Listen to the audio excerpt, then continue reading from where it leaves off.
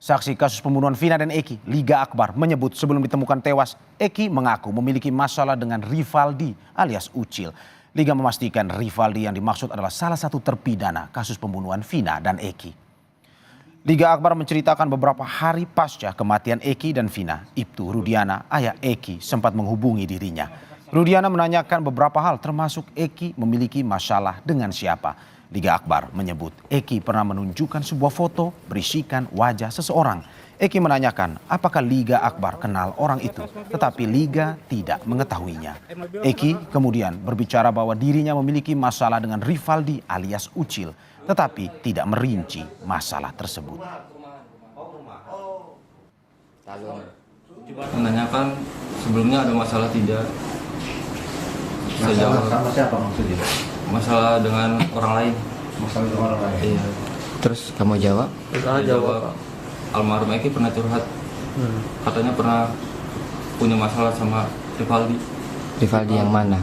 Rivaldi Ucil. Bisa memastikan bahwa Rivaldi yang dimaksud adalah yang terpidana? Oh bisa. Kenal mukanya? Kalau dibilang kenal enggak? Kenal mukanya? Apal muka? Apal muka saja. Karena bertemu Eki yang menunjukkan. Siapa? Almarhum Eki yang menunjukkan. Menunjukkannya kapan itu, Kak?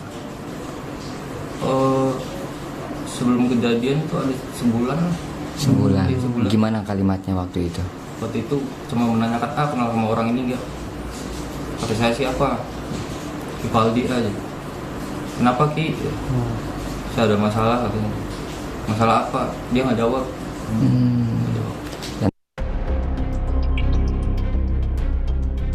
Amunisi kuasa hukum Peggy Setiawan di sidang pra-peradilan kasus Vina kian bertambah. Tony RM meyakini jejak digital antara Peggy dan temannya Dede Kurniawan menegaskan bahwa kliennya tak berada di Cirebon saat peristiwa pembunuhan terjadi.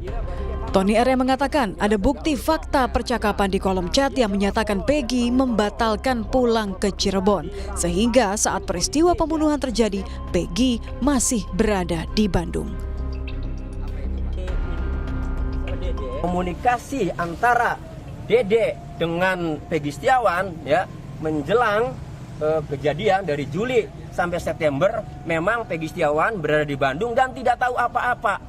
Jadi dia tidak pulang. Timis kalau hakimnya nggak masuk angin udah. Udah jelas kok.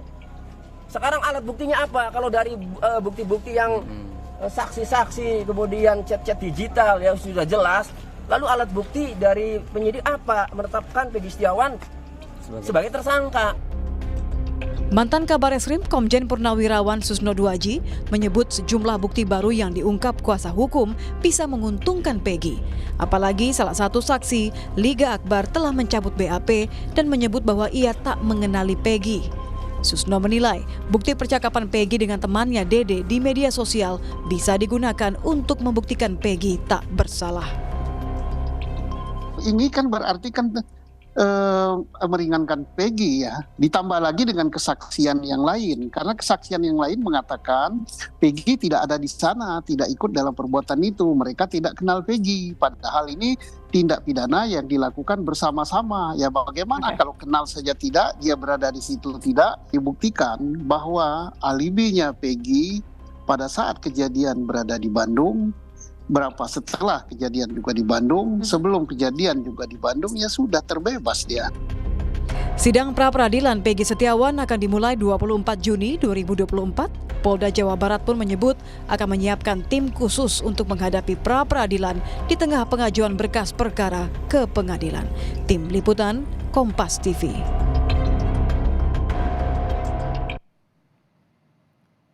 Saudara, terkait bukti-bukti yang dikumpulkan kuasa hukum Peggy untuk pra-peradilan, kita sudah terhubung dengan jurnalis Kompas TV Muhammad Syari Romdon di Polresta Cirebon Kota, Jawa Barat. Selamat malam Syari. Syari, ini terkait dengan kesaksian dari Liga Akbar. Apakah kesaksian ini akan digunakan untuk pra-peradilan Peggy Setiawan nanti atau tidak? Dan juga apa saja bukti-bukti yang disiapkan oleh kuasa hukum Peggy Setiawan? Ya, baik Mario di studio dan juga saudara, selamat malam.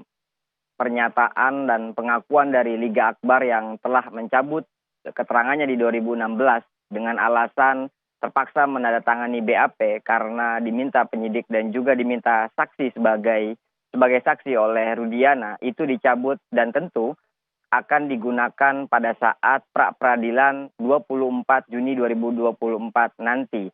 Bahkan kuasa hukum Liga Akbar, Bana, memastikan kliennya siap dan kliennya juga akan mengungkapkan kebenaran dan fakta yang selama ini tertutupi di 2016 yang mengakibatkan sampai saat ini belum juga tuntas penanganan pembunuhan Vina dan juga Eki.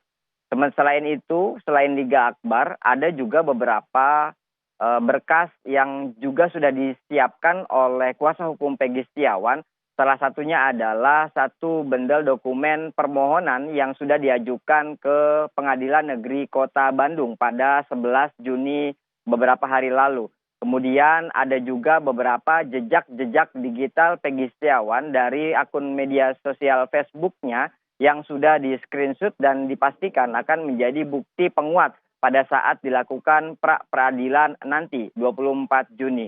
Selain itu juga ada beberapa saksi-saksi yang sudah disiapkan, namun saksi ini memang masih dirahasiakan oleh tim kuasa hukum sehingga akhirnya pada saat nantinya akan dibawa untuk membantah keterlibatan atau tuduhan Polda Jawa Barat yang telah mentersangkakan Peggy Setiawan.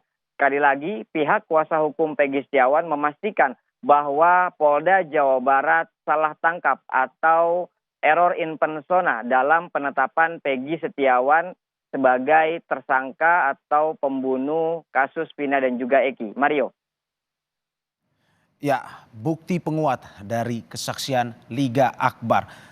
Dari informasi yang Anda dapatkan, Syahri, apa saja bukti penguat lainnya mungkin bisa disampaikan di pra-peradilan? Singkat saja. Tentu ada banyak bukti dan juga saksi yang akan disampaikan. Secara garis besar, bukti tersebut akan menjadi fakta yang tak terbantahkan karena bukti yang sudah ada di tahun 2016 lalu tidak berubah sampai saat ini. Sementara beberapa keterangan-keterangan saksi lainnya juga terus dihadirkan dan akan diperkuat sesuai dengan apa yang mereka alami, apa yang mereka lakukan. Beberapa diantaranya adalah kerabat-kerabat kerja Peggy pada saat itu yang pada saat 27 Agustus 2016 bersama Peggy di Bandung. Dan juga ada beberapa saksi lainnya yang tentunya akan menguatkan Peggy Setiawan. Selain itu, pihak Polda Jawa Barat juga menyiapkan beberapa tim hukum yang juga akan dihadirkan pada saat pra-peradilan mendatang. Tentu Mario, hal ini sangat dinanti oleh publik secara luas karena penuntasan kasus ini sangat tertunda, sangat panjang, yakni 8 tahun silam hingga saat ini masih belum juga selesai. Dan tentunya keputusan nanti diharapkan memberikan keadilan kepada para seluruh korban yang terlibat dalam kasus ini. Baik, Syahri. Mario.